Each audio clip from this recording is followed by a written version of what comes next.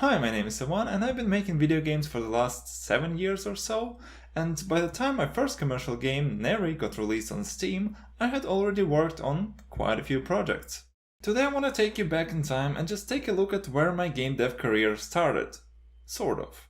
I say sort of because most of the materials for my oldest games were uploaded to a certain file hosting service which apparently had an expiry date.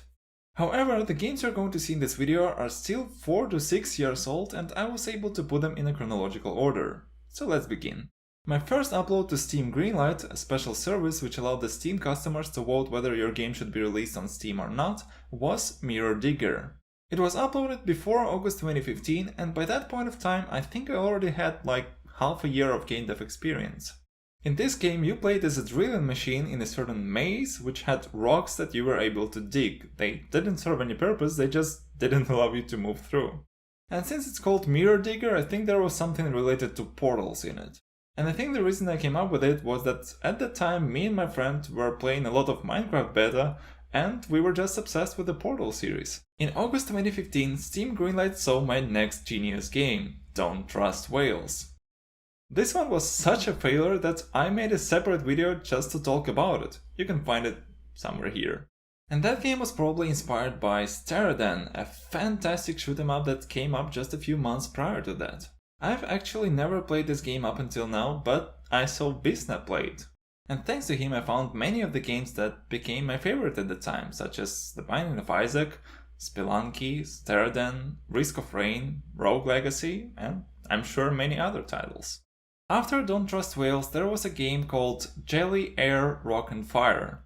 This is the one with the most obvious inspirations. In this game you can change between 4 different characters, just like in Trine. It's based around precise platforming, just like I Wanna Be Bashi. One of the characters can stick to the walls and do wall jumps, just like Super Meat Boy. Another one is able to push around the boxes, like the main character from Limbo, and he also wields a sword and a shield, like the warrior character from Trine. And it doesn't even stop at the gameplay. How do you think I made this sky? This sky is almost identical to the one Sean Spaulding has in his game Another Perspective. Sean's tutorials on YouTube taught me to program from zero, from an absolute zero. Moreover, he used to participate in a lot of game jams, events in which you need to finish the game in just a few days, and his source code was always available to download.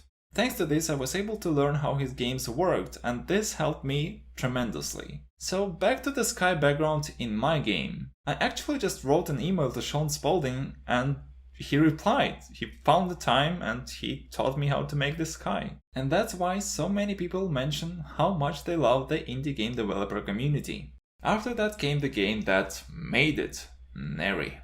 However, back then it was very different from it is right now because it got reworked by the end of 2019. So the footage and the screenshots you see right now were the peak of my ability in the middle of 2016, a year or maybe even 2 years after I started making games. 7 months later I took a part in a Ludum Dare game jam and made this game in 2 or 3 days.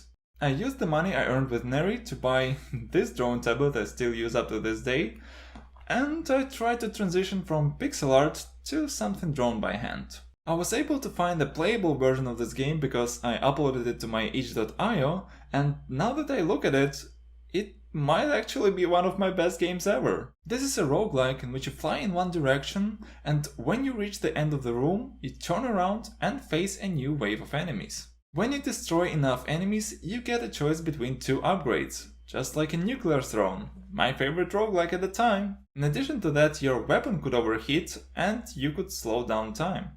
In combination, all those elements just make me want to come back to it one day. After the Loop of Eternity came this game in which you were supposed to defend something from eggs wielding swords.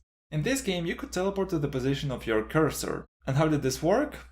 Well, I just took the code from a certain game jam submission that Heartbeast made, and Heartbeast is a YouTuber that I used to watch all the time. He used to make a lot of game maker tutorials on YouTube, and also his courses helped me to learn pixel art and some advanced game maker stuff. And the combos you can do in this game were also taken from one of his game jam submissions. My game was later thrown into the garbage bin because it was too easy, but the combo mechanics lived on. The melee combat made it into the game known as 5 Shades of White, currently known as Grizzland.